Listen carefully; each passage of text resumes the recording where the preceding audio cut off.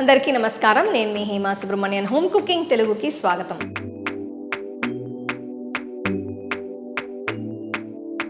ఇవాళ నేను మీకు 2 రకాల ఆకుకూరల చట్నీ చూపించబోతున్నాను. ఒకటి పుదీనా చట్నీ, ఇంకొకటి కొత్తిమీర చట్నీ. పుదీనా, కొత్తిమీర రెండు ఆరోగ్యానికి చాలా మంచివి. ఇది మీరు రోజు ఫుడ్లో తింటే చాలా బాగుంటుంది. సో ఫస్ట్ మనం ముందుగా పుదీనా చట్నీ ఎలా చేయాలో చూద్దాం.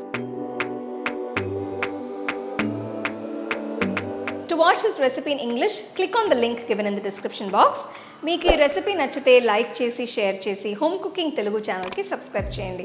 మర్చిపోకుండా బెల్ ఐకాన్ని క్లిక్ చేయండి. ఒక వెడల్పాంటి బాండీలో కొద్దిగా నూనె వేస్తున్నాను. ఇందులో 1 టీ స్పూన్ మినపప్పు, 1 టీ స్పూన్ జీలకర్ర వేస్తున్నాను. ఇప్పుడు 10 వెల్లుల్లి రెబ్బలు, తరిగిన 1 అల్లం ముక్కని కూడా వేసుకోవాలి.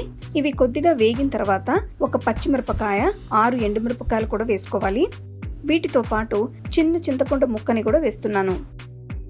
ఇందులో శుభ్రంగా కడిగి క్లీన్ చేసుకున్న 1 బౌల్ అంత పుదీనా ఆకుల్ని వేస్తున్నాను. పుదీనా ఆకులు కొద్దిగా వేగి వడలిన తర్వాత 1/2 కప్పు తురిమిన పచ్చి కొబ్బరి, 1 టీ స్పూన్ కల్లుప్పు కూడా వేస్తున్నాను. మీ దగ్గర కల్లుప్పు లేకపోతే మామూలు ఉప్పు కూడా వాడుకోవచ్చు. ఇవన్నీ చక్కగా వేగిన తర్వాత పొయ్యి కట్టేసి చల్లారనివ్వాలి. వీటిని మిక్సర్ జార్లో వేసి కొద్దిగా నీళ్లు పోసుకుని మెత్తగా అయ్యేట్టు రుబ్బుకోవాలి. ఇప్పుడు తాలింపు కోసం ఒక సాస్ పాన్లో కొద్దిగా నూనె వేస్తున్నాను. ఇందులో మినపప్పు, ఆవాలు, జీలకర్ర, 1 ఎండుమిరపకాయ, 1/2 టీ స్పూన్ ఇంగువ, కొన్ని కరివేపాకులు వేసి వేయించిన తర్వాత పొయ్యి కట్టేసుకోవాలి. ఈ తాలింపులో రుబ్బుకున్న చట్నీని వేసి కలుపుకోవాలి. అంతే, పుదీనా చట్నీ తయారైపోయినట్టే. ఇప్పుడు కొత్తిమీర పచ్చడి ఎలా చేయాలో చూద్దాం. కొత్తిమీర చట్నీ కోసం ముందుగా ఒక సాస్ పాన్లో 2 టీ స్పూన్ల నూనె వేస్తున్నాను. ఇందులో 1 టీ స్పూన్ మినపప్పు, 1 టీ స్పూన్ జీలకర్ర, 4 మీడియం సైజ్ పచ్చిమిరపకాయలు, తరిగిన 1 అల్లం ముక్క,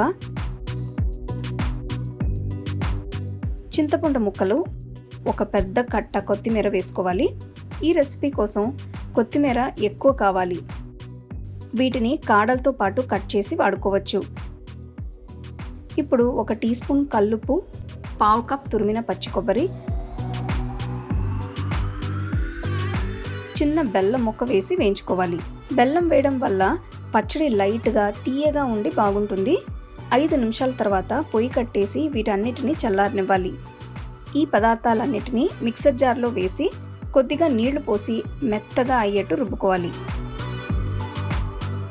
ఈ పచ్చడిలోకి తాలింపు కోసం ఒక సాస్ పాన్లో 1 టీ స్పూన్ నూనె వేసి అందులో 1/2 టీ స్పూన్ మినపప్పు, 1/2 టీ స్పూన్ ఆవాలు, 1/2 టీ స్పూన్ జీలకర్ర, 1 ఎండుమిరపకాయ, 1/2 టీ స్పూన్ ఇంగువ, కొన్ని కరివేపాకులు, 2-3 చితక్కొట్టిన వెల్లుల్లి రెబ్బలు వేసి వేయించుకోవాలి.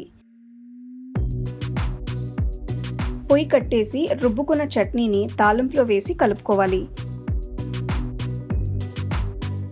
అంతే, కొత్తిమీర చట్నీ తయారైనట్టే.